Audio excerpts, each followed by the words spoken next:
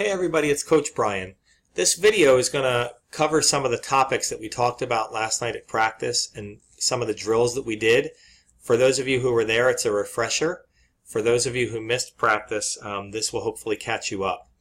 So, over the last 2 weeks, each of the teams that we've played has scored 8 goals against us. And prior to that, the team that scored the most goals against us was 5, and that included a penalty kick.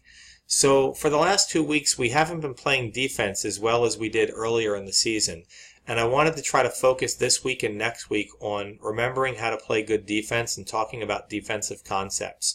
So remember that I know futsal feels a lot like soccer because you're kicking the ball, but it should feel more like basketball because you're playing it on a basketball court.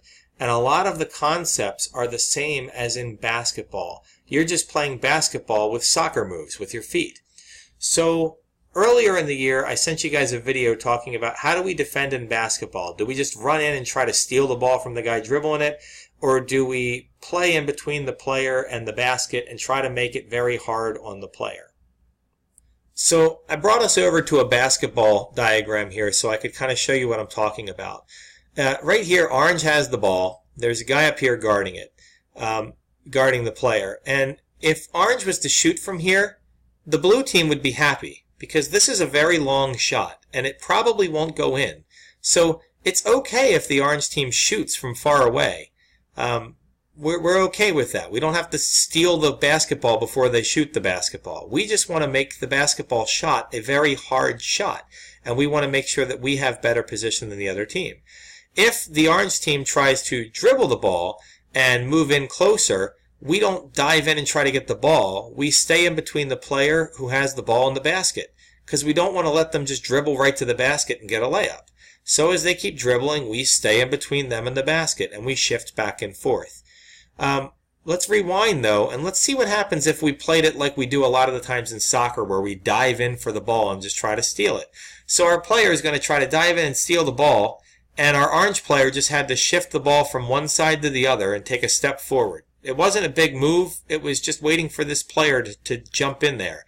And he moved to the side and he stepped forward. And as a result, now the blue guy's teammates feel like they have to step up and help on defense. So they step up as the guy dribbles in, and they leave a guy wide open down by the basket. And when that pass goes down here, this orange team is going to get a nice easy basket, an easy layup. And all of that started when we had our blue player dive in for the ball. If the blue player would have just played patient defense and stayed in between the guy with the ball and the basket, and eventually maybe the guy makes a mistake, maybe he picks it up, and now we can jump in there and try to steal it from him once he stops his dribble, that's great. But we're waiting for the dribbler to make a mistake before we try to steal the ball. And until then, we're going to stay in between the dribbler and the goal. All right? So if we come back to the futsal court, we have a similar situation here. The orange team has the ball, the blue team's playing defense. Our blue player is, 2 steps away from the guy with the ball. That's great. He's in between the guy with the ball and the goal. That's also very good. Everybody seems like they're marked up pretty well. So good defense so far, right? But what happens is if this blue player dives in and tries to steal the ball, because in soccer a lot of the times we think playing defense means getting the ball away from the player with it. That's not true. Even in soccer, when you guys get back to outdoor soccer in the spring or in the fall, your job as a defender is not to take the ball away from the player who has it. Your job is to slow that player down to give your teammates more time to come back and help you on defense. Your job is to wait for the player with the ball to make a mistake and kick it out of bounds or try to pass it, and then maybe intercept the pass, or if it goes out of bounds, you get a throw in, or in futsal, a kick in. Or maybe they just dribble it too far away from themselves and you can run to the ball and get it before they can. So all of those things can happen if you play patient defense. But if you dive in, what ends up happening is the guy just has to flick it to his other side and you've gone past him as a defender. Let's look at this again. The dribbler didn't dribble past the blue player. The blue player dove past the orange player and made life easy on the orange player. And now as a result, just like in our basketball example, we have 2 blue players that feel like they have a job to step up and get the guy with the ball. So as they start moving towards them, they leave a player wide open in the middle, and then that guy gets a pass, and when he gets the pass, we're in trouble, and they got a goal. And last Sunday specifically, the team scored 8 goals. I believe 3, maybe even 4 of them came from plays that were just like this, that all started with one dive in that kind of led to a chain reaction. Like think of a bunch of dominoes that are set up and you hit the first one and the rest all fall down. That first dive led to everything else happening. So we want to make sure that everybody plays really good, patient defense so that we don't give up easy goals from in front of our goal. So our first drill of the night last night was just a really simple drill where one player would kick the ball across the gym to the other player and then run and play defense on them. But in this case, we weren't really trying to play defense to steal the ball. We were playing defense to keep our position properly. So as he closed the space on the player with the ball, he stopped about 2 to 3 steps in front of him. And then as the player with the ball dribbled down the court, the defender made sure that they stayed between the player with the ball and the sideline that they were defending. So it kept going back and back and back. And the player with the ball just tried to dribble it and keep it close to them. The defender just tried to stay 2 paces away from the player and make sure that they stayed in between the line. That was the whole drill. Nobody was trying to steal the ball. Nobody was trying to get past anybody. And then we moved into another drill. And that drill was similar to the first one, where the player would kick the ball across the gym and would run up to play defense on them. And for the first half of the gym, if we were to take a line and just draw a line across the gym this way, on this half of the gym where the player received the ball, we would do the same part as drill 1. We were nice and patient. The dribbler would keep it close to them. The defender would be a little bit farther away.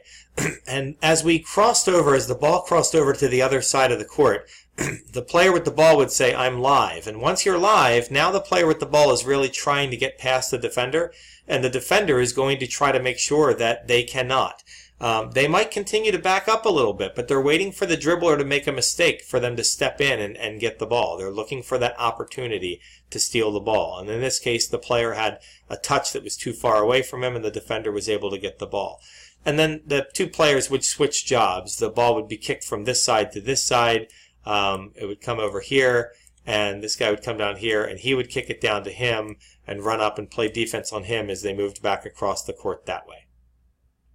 Now, after that, we worked on a drill where we talked about being down here in the corner. If you were to have the ball down here in the corner, we had everyone run down here together, and we all stood in a corner together, and we were looking to see how big the goal looks from this point. So if I go from this ball and I try to draw the best I can, if I try to draw a straight line to each post, and I know I won't make a perfectly straight line here, but that's to the one post, and then I know that's a terrible straight line. You guys can make fun of me if you want. That's to the other post. Then what you're looking at is a space of about that much. The goal looks very small when you're shooting from the corner. So if, just like in basketball, there are some places on the futsal court where the other team, if they want to take a shot, that's not so bad.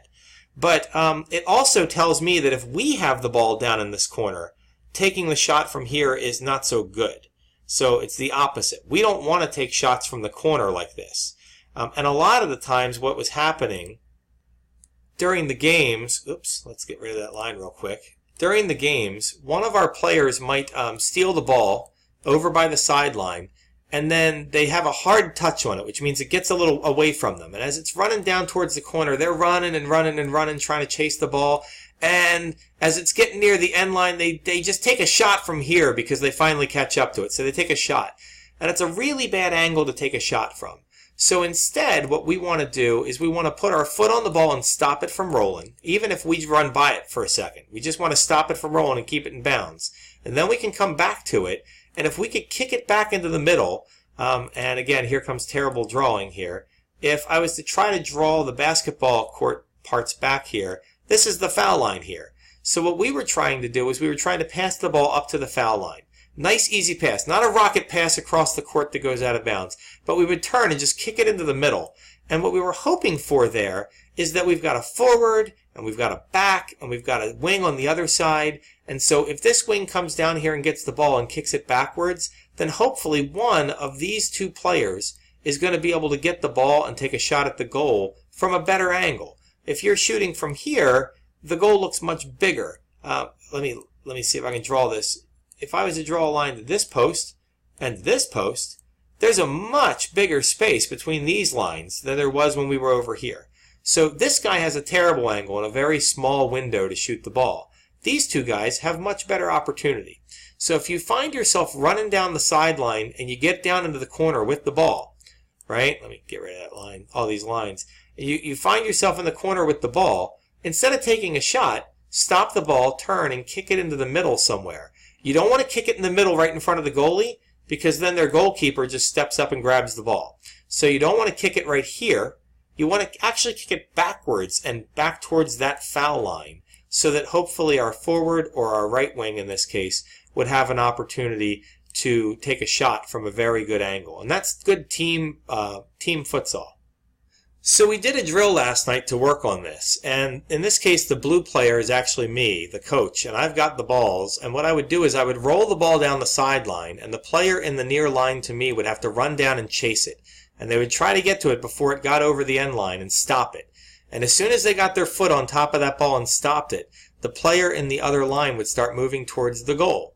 And when this player thought that that guy was getting close enough, he would kick the ball, not throw the ball, he would kick the ball towards where the foul line would be, right towards the top of that foul line area, to his teammate, who could then trap it and shoot it into the goal.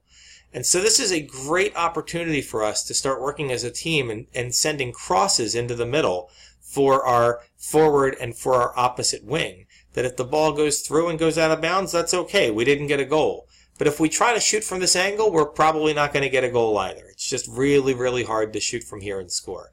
So it's a better opportunity to send it into the middle and give one of our players with a much better angle at that goal.